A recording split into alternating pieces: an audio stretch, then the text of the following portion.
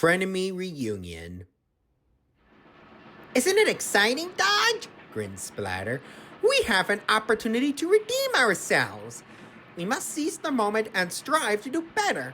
It will be hard to gain everyone's trust, but I believe we have a good chance of proving to all the engines that we can be responsible, reliable, and truly useful in several different aspects. But Dodge didn't say a word. Ever since he arrived at the diesel works, he had been thinking about something. Dodge? Splatter asked worriedly. You know that we're going to see him soon, said Dodge. And you know what's going to happen? He's going to use his claw and it will be curtains for us. He could be working on a different railway, Splatter said encouragingly. Or it's inside a railway museum. Maybe he got his claw removed as a punishment. Oh no, snorted Dodge. This is Diesel 10 we're talking about. The most menacing diesel in the world. He is well known for his cunning and ruthless tactics. He's still here, Splatter, and once he'll find his chance, he'll destroy us. Ow! Please don't say that word, quivered Splatter. All I'm saying is, continued Dodge, that Diesel 10 will do whatever it takes to get his revenge. We ended our friendship with him years ago. To be fair, I don't think he considered us as friends, just lackeys, said Splatter. That makes a lot of sense. He treated us like garbage, even though we tried to do our best. I guess we weren't good enough for him, Dodge grumbled. What matters now is that we don't work for him anymore, smiled Splatter. Yes, but we must maintain our guard and stay silent. You'll never know when we'll see him again, frowned Dodge. Meanwhile, James and Gordon had spread the word about the return of Splatter and Dodge. Some were concerned. Some were unfazed. Some engines had no idea who Splatter and Dodge were, so James and Gordon had to explain to them. Elsewhere, Boko was taking some flatbeds of logs to the timber mill. He had just passed the Marin station when he noticed a red signal up ahead. I hope I won't wait too long this time, he sighed. As he waited patiently, Emily pulled alongside. Oh, Boko, she said. I was just looking for you. Looking for me? What can I do for you? Asked Boko. Well, the other engines would like to have a word with you at Tidmouth Sheds. It's about Splatter and Dodge, isn't it? Yes, Emily said sadly. Gordon and James wouldn't stop talking about those two. Ain't that surprising, Boko said sarcastically. Despite that I never met them, I want to give them a chance if they can redeem themselves. They want to learn from their past mistakes, and I will say that the rumors about Dodge and Splatter teaming up with Diesel 10 again are ridiculous, said Boko. Just then, the signal changed. Tell James and Gordon that I'll be there as soon as I can, frowned Boko. With a sad blast of his horn, Boko set off towards the timber mill. Emily felt sorry for Boko. Boko arrived at the timber mill. He was uncoupled from his flatbeds and headed off towards Tidmouth Sheds.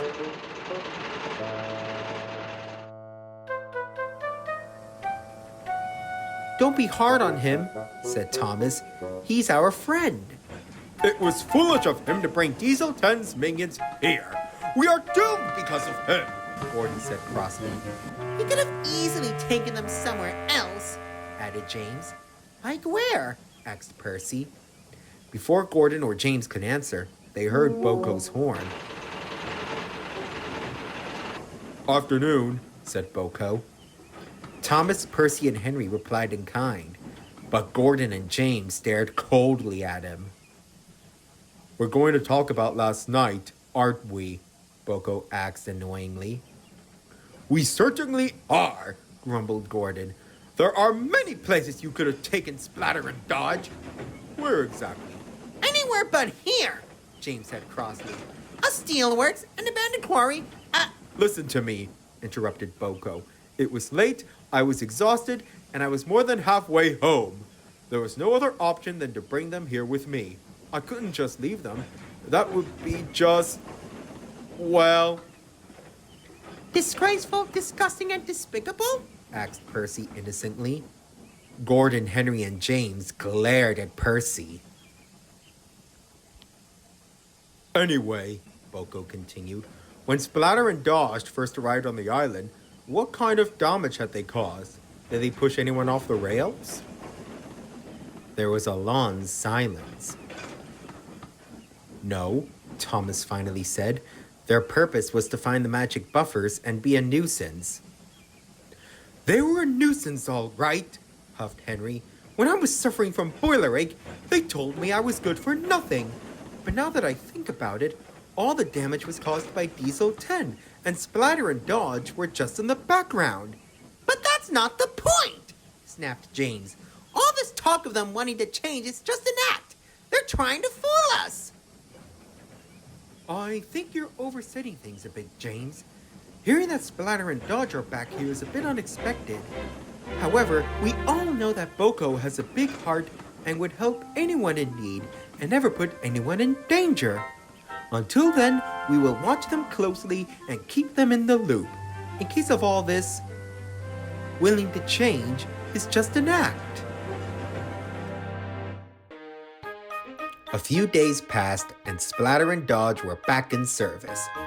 Sir Topham had sent them to work in the shunting yards. They put a lot of effort into organizing goods trains for the other engines. But whenever an engine came to pick up their goods train, they wouldn't talk to Splatter and Dodge. Seeing them back on Sodor made them worry.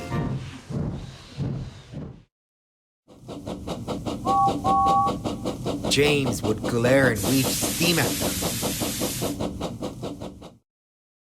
I knew this was going to happen, sighed Dodge. Being ignored and mistreated, just like on the mainland. One thing for sure, we're no longer working for that lunatic anymore, said Splatter. Joy, Dodge said sarcastically. And we have each other, Splatter continued. As long as we keep shunting trucks in the yard, we may be given a chance by someone and befriended by them. Are you being serious? Did you really think that will work? Because it won't! Dodge is right, you know. Shunting trucks around the yard isn't going to prove to anyone that you are capable of learning from your mistakes, said Boko. You have to take action. Show everyone how useful you can be. Like saving an engine from danger? Quizzed Dodge. Bingo! But we aren't the best engines. What we've done is only screwed everything up, frowned Splatter. Besides, after working with Diesel 10, no one would trust or forgive us. Forgiveness is like a finish line, and you two are nowhere near close to it. Not to worry, it will take a lot of time and patience to gain everyone else's trust. If you play your cards right, you'll make a handful of friends by the end of the month, smiled Boko.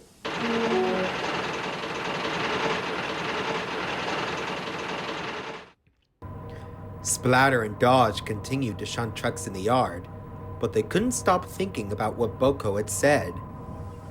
That evening, Sir Topham came to see them. I need you two to take a long train of scrap to the scrapyard.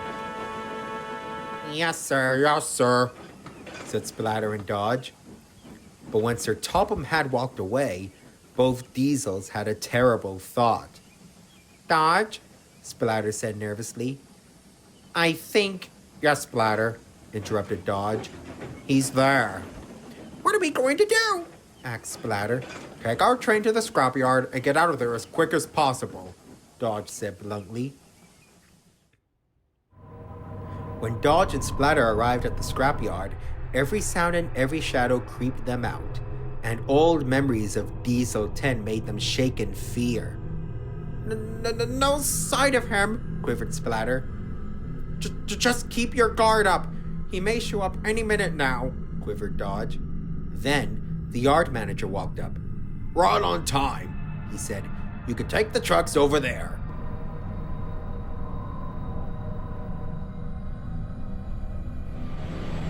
Splatter and Dodge had dropped their trucks into a siding. They were just about to leave when they heard a horn. It was a horn they both feared. Splatter and Dodge looked at one another in horror. Oh no! Cried Dodge. He found us! Cried Splatter. Sure enough, Dodge and Splatter were face to face with Diesel 10! Splatter and Dodge quivered in fear, while Diesel 10 stared menacingly at them. We have something to say, said Splatter. Diesel 10 didn't say anything. He simply raised an eyebrow. You were a terrible boss. What do you think you're doing? Dodge whispered angrily. You never cared about us. You treated us like dirt. Working with you was a massive mistake. And another thing. Splatter went on and on with his rant. Dodge wished that Splatter would just shut up already. Well, Splatter said angrily, do you have anything to say? Poor toast, Dodge said to himself. Diesel 10 didn't say anything at first. Finally, he opened his mouth and said, "You two can go now." Splatter and Dodge were speechless. Here they were, at the scrapyard right in front of Diesel 10, and he's not going to destroy them? What's going on? Aren't you going to destroy us? Asked Dodge. For what? You know, after we decided not to work for you anymore. Oh, please, scoffed Diesel 10. I'm over that. I'm better off working on my own. Besides, you two look in good shape. Only because we just got fixed up, said Splatter. Back on the mainland, we were supposed to be scrapped. But we decided to fight, and Boko helped us escape. Diesel 10 smirked. Fighting for survival. Smart move. Boss, Diesel 10, what would you do if you're going to be, cut up? Diesel 10 was silent for a minute. Then he smiled deviously. You think that I would have a group of men cut me up? Absolutely not. I would put up a fight. With some help with a friend, the battle would be quick, painful, and a little bit bloody. Right, Pinchy? Splatter and Dodge went pale. Final question. Since we're no longer friends, are we enemies? Asked Dodge. Again, Diesel 10 was silent. We're certainly not friends, he said at last. However, I don't think we're enemies either. I would say that we're frenemies. Frenemies? Frenemies. I can live with that, said Splatter. Can you, Dodge? Better than enemies, I suppose, said Dodge. Then it's settled, said Diesel 10. Now you two better get out of here. I have work to do.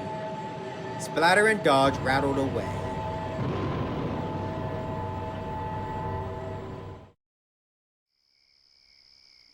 So your reunion with Diesel 10 wasn't so bad, smiled Boko. Yeah, we were expecting that he would destroy us, but he didn't, smiled Dodge. Boko, asked Splatter, are we friends? Well, you two said that you wanted to change and willing to prove to everyone, so yes, you can consider me your first friend on Sodor. Boko grinned.